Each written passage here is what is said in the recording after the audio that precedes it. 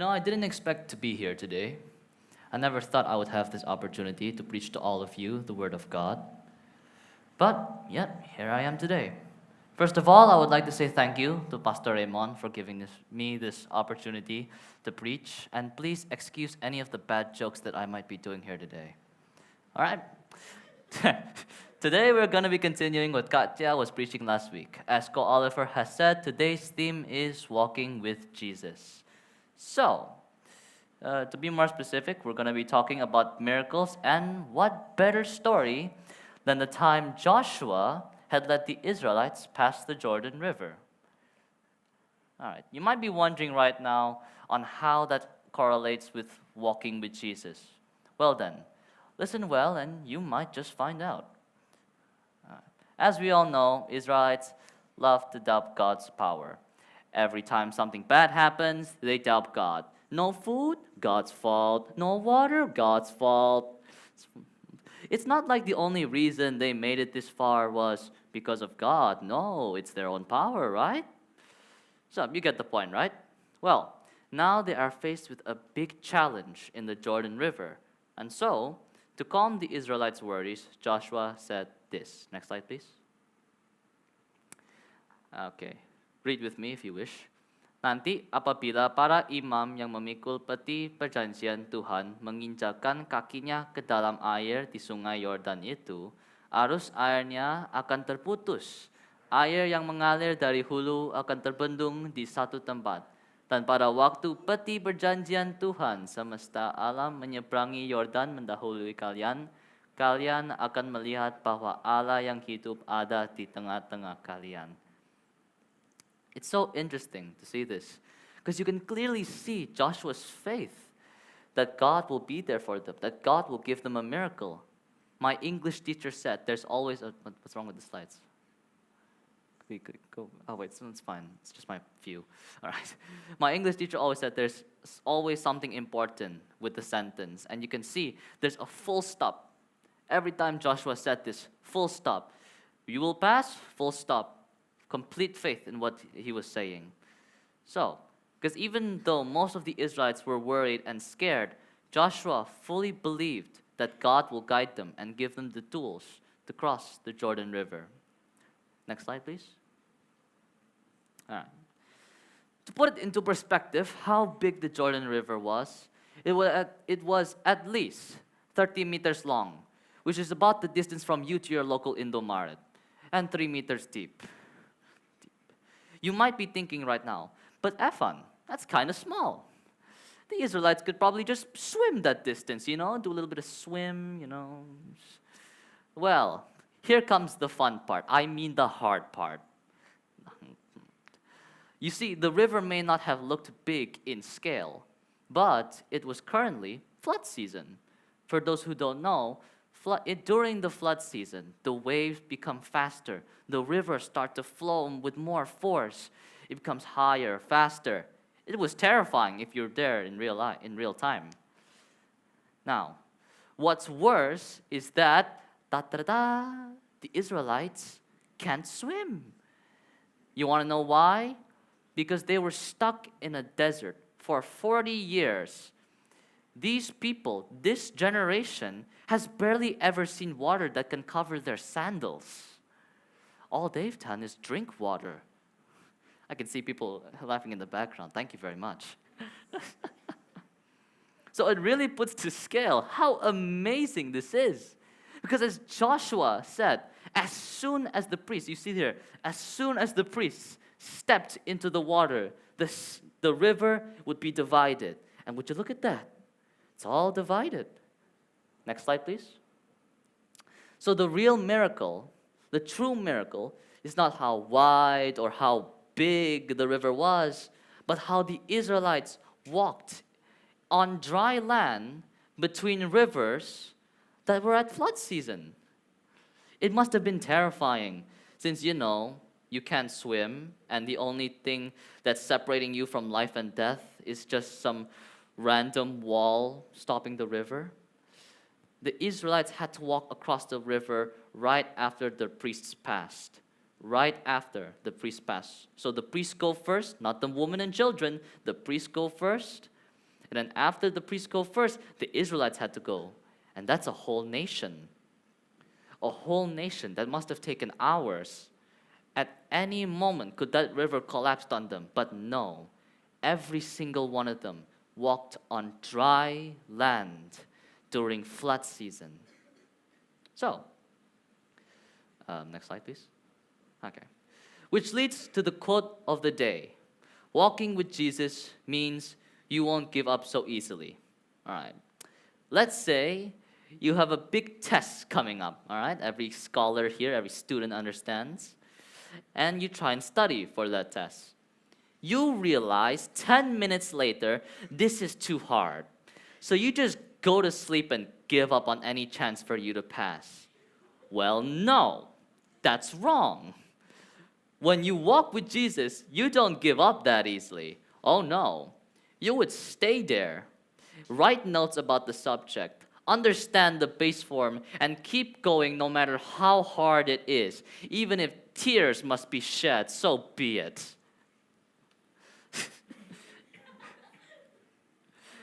I'm targeting the younger audience right now.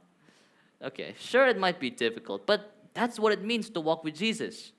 When you walk with Jesus, it's gonna be difficult. Like how Carl Oliver said, that couple with the RV fan, they crashed. And she was just going to the toilet. Okay, next slide, please. Wait, sorry, I almost forgot something. All right, which leads me to the fact that it means that no matter what happens, you will keep walking down that hard road because you know there is someone there walking with you. I'm sorry for the slides. Okay. Which leads me to my first point. And yes, that was all introduction. We're not even there yet. The moment you're ready to quit is usually when miracles happen. Have you ever heard the saying that 99% of gamblers give up before their big win? I don't mean gambling, no, because if I did encourage gambling, I wouldn't be even here on this stage. I'd be kicked out by now. Oliver would drag me out of the stage. No, that would get me kicked out. What I mean is that when you're about to quit is usually when the miracle happens. Because miracles, they take action, all right? They take action. That woman in the RV, she just left it behind. She thought, oh, they'll go on autopilot. No action, no guidance. She just believed that the machine would guide her. She didn't act. She just left it there all alone. It's like communication. You can't have one side listen, but the other won't. There needs to be a mutual understanding here. God can give you that miracle, but if you're not willing to act on it, it's useless. God would be willing to give you it, but without you acting, it's useless. So you pray to God, but you don't do anything. You're just speaking to your imaginary friend. Okay. If the Israelites had quit, they would have never crossed the Jordan River. They would have never had the opportunity to see God's amazing power. A prime example is, this might get into some very awkward topic, is let's say there is a girl or boy you like. I got this idea from Ko Oliver. And I see you there. I see you smiling there. I see you. I see all the girls and boys here smiling. You know what I mean. You want to get their attention. Oh, but womp womp, you're too socially awkward to do anything about it. So you do nothing and just pray that a miracle might happen and just quit, wondering what might have happened. Maybe you might have had a happy life. That's wrong. Like with your tests, when you want a miracle, you need action. You would walk up to that person, introduce yourself, ask for their number, get a date or get rejected. But the important thing is, you tried. You didn't wait for the miracle to happen. You took action so that the miracle could happen. Maybe it's just not your time yet to have a relationship. Next slide. Now, this leads to another quote. Good things come to those who believe. Better things come to those who are patient. The best things come to those who don't give up so easily. You can see here, good things come to those who believe. All right, you believe in God's miracle. You believe a miracle will happen, but you don't have the patience. What good is believing if you're not willing to wait? Let's say your mom tells you, we're going to Disneyland. Hooray! You believe that you're going to Disneyland, but you don't want to wait. You just keep nagging on. So that miracle, that wish, it's useless. And now, better things come to those who are patient. Now we're getting somewhere. You now believe a miracle might happen, and you are now patient to wait for that miracle. But we're not at best. When there's better, there's best. During that time, when you're patient, there's going to be obstacles. I see I'm losing the attention of the crowd because some people are on their phones right now. Bear with me, all right? I know my jokes are bad. Just bear with me. All right. Those challenges can make you want to give up. Those challenges might make you wish that maybe there is no miracle. Maybe God was lying. So you believe in the miracle, you're patient, you wait for the miracle, but you don't have the will to wait for it. There's a difference, waiting and having the will to wait. Now, we get to the final part. Best things come to those who don't give up so easily. Now, we've reached finality. You have now reached the final stage. So, you believe in God, right? That's check 1. You're now patient. That's check 2. And now, you are going to have the will to wait. Throughout all the troubles, throughout all the trials, you are willing to wait for God. That, and only then, is when the true miracle happens. You stand with God, walking every step of the journey, believing in Him, being patient with Him, and persevering through all the hardships. I'm going to give you a very personal experience of mine about this, about miracles. Now, this happened 2 days ago on a nice Friday. And for those who joined MSJS, I give you 2 words: storytelling. They're laughing, they all get it. My school gave us a project where we had to tell a story we had made on our own. I had completed the story and just needed to video myself telling said story. I want you all to remember this, right? I want you all to remember this. I started recording at 5 p.m. and the story is 5 minutes long. I want you all to remember this real quick. It's important to remember that. The due date was due on that Friday at 11:50 p.m. School ends at 3 p.m. You might be wondering why I started recording so late. Well, the answer to that question is because I needed my brother to do some free labor for me real quick. I'm not saying labor is good, but if it's your siblings, there might be an exception. Okay. But I thought it was so easy. I thought the story was going to be easy. I thought, okay, simple story, 5 minutes, get it done, submit it, and go to sleep and forget this ever happened. I was so wrong. I was so completely wrong. There were so many problems. Remember when I said I started at 5 p.m.? Well, I'll tell you now. I finished at 6:45 p.m., 1 hour and 45 minutes. And it's a 5-minute video. All right. There's the patient part. So I believed I could make it, and I'm patient to the point where I waited 1 hour and 45 minutes. Now, the first problem was that the Wi-Fi shut down for no reason. So I had to resort to my mobile data. So you might be thinking, what's the other problem? Well, the mobile data kept shutting down. The Wi-Fi is not with me. The mobile data is not with me. Who's with me? Oh, yeah, God is. God is with me. All right. Thankfully, about like 10 minutes later, the Wi-Fi went back up. The next problem is I forgot my lines. I forgot my actions and my lines. In storytelling, you need to be able to express yourself, right? And so I tried to do that, but I kept forgetting to do that. You see, acting as two people is hard. You need to think of their gestures, how to differentiate them. Who's shy? Who's excited? What kind of accent do you want the character to have? But so I had to switch accents midway through the recording to really give a visual look of how the characters act. For the action part, a neat trick that I did was whenever I snap my fingers, this is where my brother comes in. I snap my fingers, my brother changes the slides. I never have to go in and change the slide myself. My brother, you know the drill, buddy. Chop, chop, it's your turn.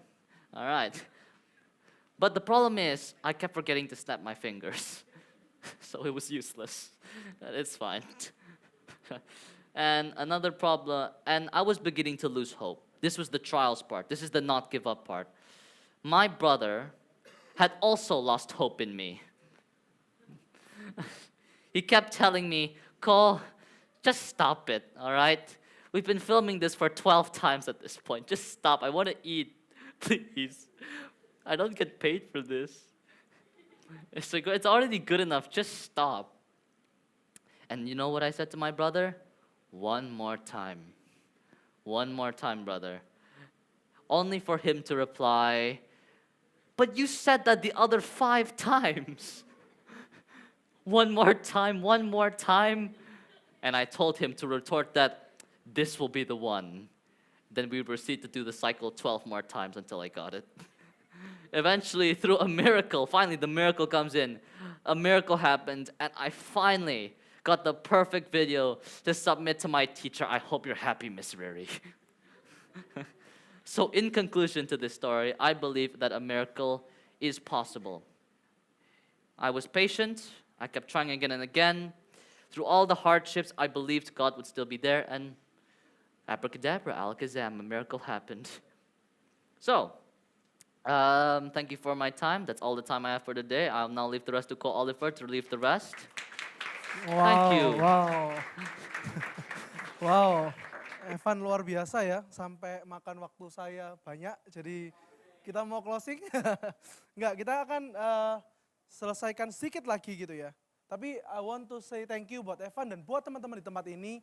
I hope kalian juga punya keberanian yang sama untuk melayani, untuk share the gospel. Kita sama-sama, mungkin kalau nggak berani di pulpit, ada apa sound of youth, voice of youth. Teman-teman boleh record di sana, teman-teman boleh belajar menyampaikan kebenaran firman Tuhan.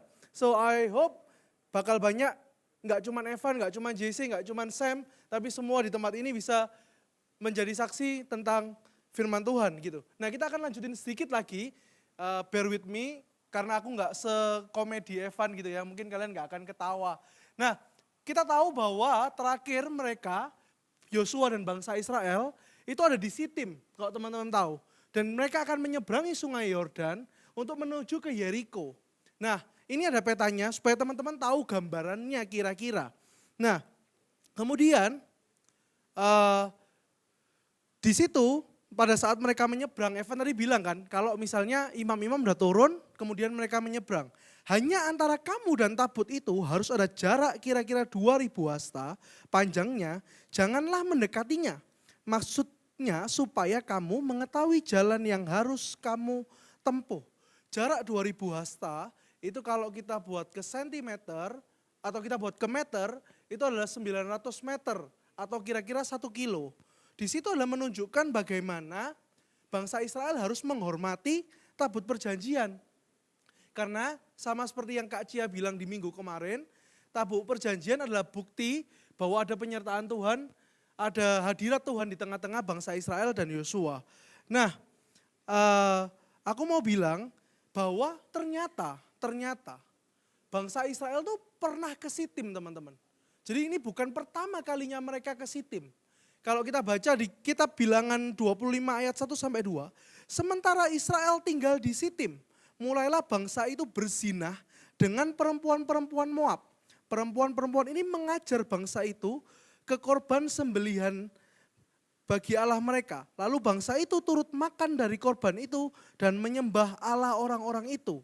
Nah, makanya Yosua tahu nih, oh tabiatnya orang Israel ini waktu berjalan sama Tuhan ini ada yang gak benar. Mereka itu berzinah, to commit adultery, to be unfaithful.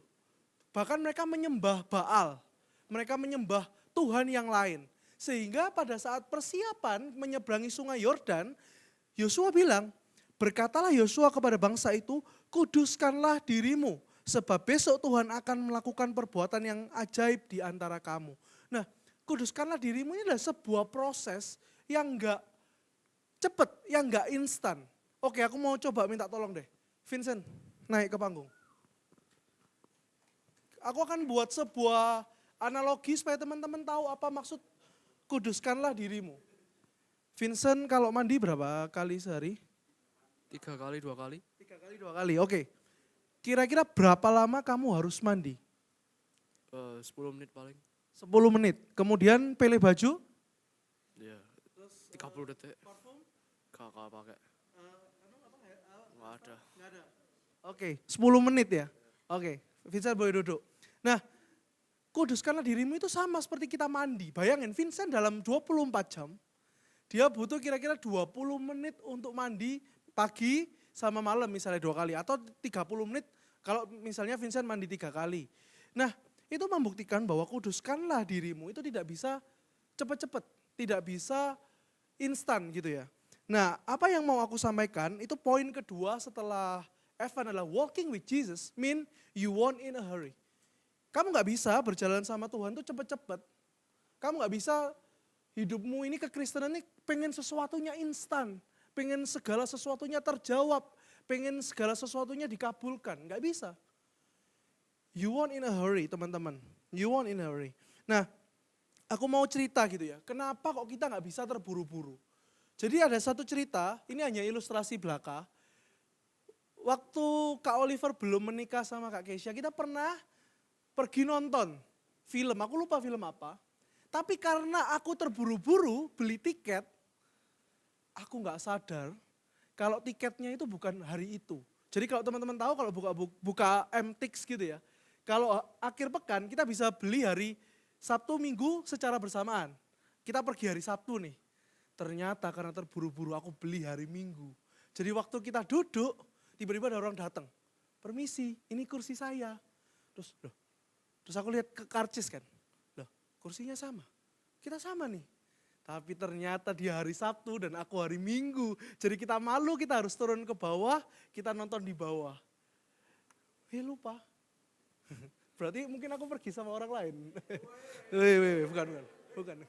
Bukan. Nah, kenapa? Kemudian kita tanya lagi, kenapa? Why kita gak boleh buru-buru? Teman-teman tahu, teman-teman bisa lihat, nanti teman-teman baca sendiri. Tuhan Yesus, kita ini harus bersyukur, kita punya Tuhan yang chill. Kita harus bersyukur kita punya Tuhan yang chill, santai. Di Yohanes 11 ayat 1 sampai 44 di situ ditulis ada Tuhan Yesus datang ke Betania, di situ ada yang namanya Lazarus. Lazarus itu sudah mati 4 hari. Kemudian saudaranya Marta protes. Tuhan kalau harusnya kamu tuh cepetan datang. Kalau enggak Lazarus ini pasti akan tetap hidup. Tuhan Yesus santai. Dia datang, kemudian dia datang ke kubur. Kemudian dia bilang, oh Lazarus bangkit dan bangkit. Makanya aku bilang gak bisa terburu-buru. Kita ini gak bisa terburu-buru. Dan dari tadi kita berbicara tentang walk with Jesus. Walk means slow. Enggak keburu-buru, pace-nya santai, nyantai. Karena apa? Hurry is the enemy of intimacy. Terburu-buru itu mengganggu intimasimu dengan Tuhan. Coba bayangin teman-teman, kalau teman-teman punya pasangan. Teman-teman lagi ngedate. Ini by the way aku pernah lihat anak youth 1, aku gak mau sebutin namanya. Tapi dia lagi jalan sama seorang cowok. Dia itu bisa dengan santai, pelan-pelan, keliling Pakuwon Mall ke PTC, Pakuwon Mall PTC, jalan berdua. Dan dia menikmati.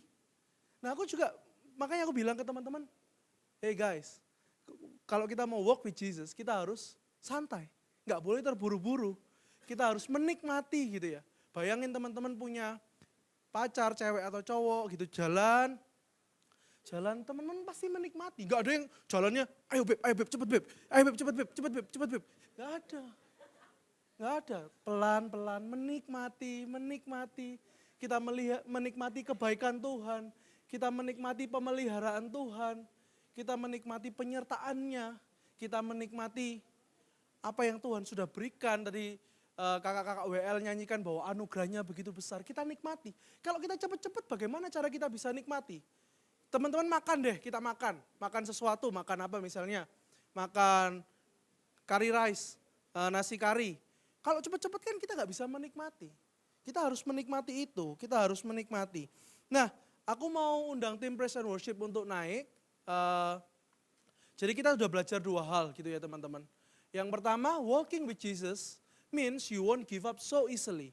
Jadi seperti yang Evan bilang bahwa kita ini gak bisa menyerah secara cepat gitu ya. Kita harus bisa punya hati yang kuat, teguh, berjalan bersama Tuhan. Bahkan kita juga belajar 1 bulan ini, kuatkanlah dan teguhkanlah hatimu. Kuatkanlah dan teguhkanlah hatimu. Supaya kita tidak mudah menyerah. Jadi aku pengen teman-teman youth di tempat ini, don't give up so easily. Jangan nyerah, dikit-dikit, sudahlah. I give up ko, I give up C, I give up ma, I give up pa, I don't care. No. Karena berjalan sama Tuhan kita harus kuat. Kita harus teguh. Evan bilang bahwa ada mujizatnya, ada penyertaannya. Walking with Jesus means you won't in a hurry. Jangan terburu-buru. Kita kadang selalu menuntut semuanya instan. Aku tahu teman-teman suka mie instan, tapi juga jangan minta semuanya instan. Di dalam kehidupan kita mungkin kita kayak, aduh mana katanya ada mukjizat. Mana katanya aku bisa deket sama dia. Aku bisa in relationship sama dia. Aku bisa ke sekolah yang aku mau. Aku bisa liburan ke tempat yang aku pengen. No, teman-teman jangan terburu-buru, jangan tergesa-gesa. Karena pengambilan keputusan yang tergesa-gesa selalu diakhiri dengan konsekuensi yang mahal. Kalau kamu misalnya hari ini terburu-buru karena sesuatu, yuk slow down your pace. Kita berdoa sama Tuhan, menikmati hadiratnya. Minta tolong sama Tuhan, minta tolong didoakan kakak-kakak mentor di tempat ini. Supaya kita semua kuat sampai akhir. Jangan kita menyerah gitu. Aku pengen kita semua punya iman yang teguh sampai akhir hidup kita. Bahkan mungkin teman-teman di masa depan teman-teman. So, kita udah belajar 2 hal. Aku mau itu menjadi refleksi bagi kita semua hari-hari ini. Kita juga tahu bahwa kita punya Tuhan yang begitu santai. Coba teman-teman bayangin sekarang. Semua boleh tutup mata, teman-teman bayangin. Teman-teman lagi jalan sama Tuhan. Menikmati semuanya. Sekarang kita tukar perspektif. Ketika Tuhan berjalan dengan teman-teman.